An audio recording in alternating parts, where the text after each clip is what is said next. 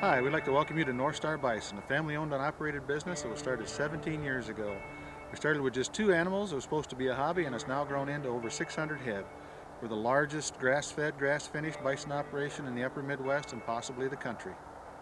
In the next few minutes, we'd like to give you a glimpse of what life is like here at NorthStar Bison and the passion that we have for what we do.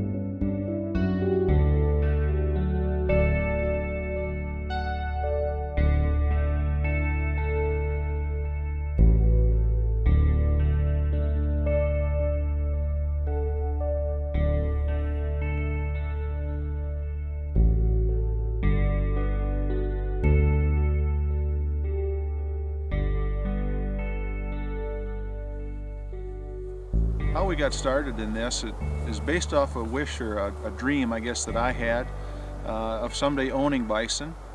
My interest in bison has been there ever since I was a kid, when I used to read a lot of the books about the Old West, and you can't read anything about the Old West without having buffalo being part of it. I never realized that you could actually own any bison, but Mary's brother in 1994 talked to us about an auction that he knew in southwestern Minnesota, the Blue Mountain State Park. We went to the auction that year and bought our first 2. The kids named them Billy and Sarah, and from that our herd just launched and started to grow. We started with 110 acres, and I've said we're at 1,200 acres now and about 600 head, and it's been a wonderful time. Our kids also have their own herd of about 70 animals. It's select breeding stock, but it's truly a family operation. Our oldest daughter and her husband, they manage our processing plant for us. Our son, Sean, he is the shipping and receiving manager, and also taking care of a lot of our video technology that we need. Marielle, our second daughter, is the herdsman for us. And then Lexi is our youngest, and she just kind of fits in and helps out wherever we need her. A little bit about our backgrounds. I started out growing up in southern Minnesota, actually, with a passion for nutrition as a very young girl, and loved to read about nutrition in books and magazines, and was mostly interested in the role that good, healthy food plays in being able to achieve a vibrant, healthy body and lifestyle. Another strong passion I've had and bent, I would say, is to sell things, and so the entrepreneurial spirit started young as well, when I used to plant tomato seeds to start tomato sets for the neighborhood's tomato plants for their garden. One of the things that we focus on here is, there's two things actually, sustainability, but sustainability in two forms. One, in the ecological sustainability, and we do our absolute best to try to make this land and these animals healthier for having been around us and been in our ownership. We've got part of this land that we're sitting on right here at the home ranch that was in row crops for years and years and years, and you couldn't hardly get anything to grow because there were so many pesticides and herbicides used on it. And after several years of just nurturing the land, we didn't till anything, we didn't plow anything, we just allowed the seed bank that was in the soil to grow. We were using a ranch management consultants were helping us with that, and it has more than paid off to allow the land to heal and to just come back and perform at its best by us not tampering with it and breaking that ecological system down. The second sustainability point that we focus on here is financial sustainability. That's one thing I saw as a dairy farm kid, that financial sustainability was not really even a term to be used. That's why I left the dairy farm, went off to college for a while, and then went out into the working world.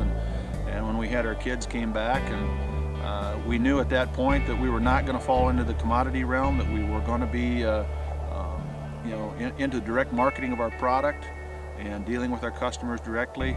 Financial sustainability is a huge thing. We've been able to help some other people in this business to become financially sustainable and stable, and so it's just really what we feel is important. Sustainability in all aspects, like I say, not just ecological but also financial.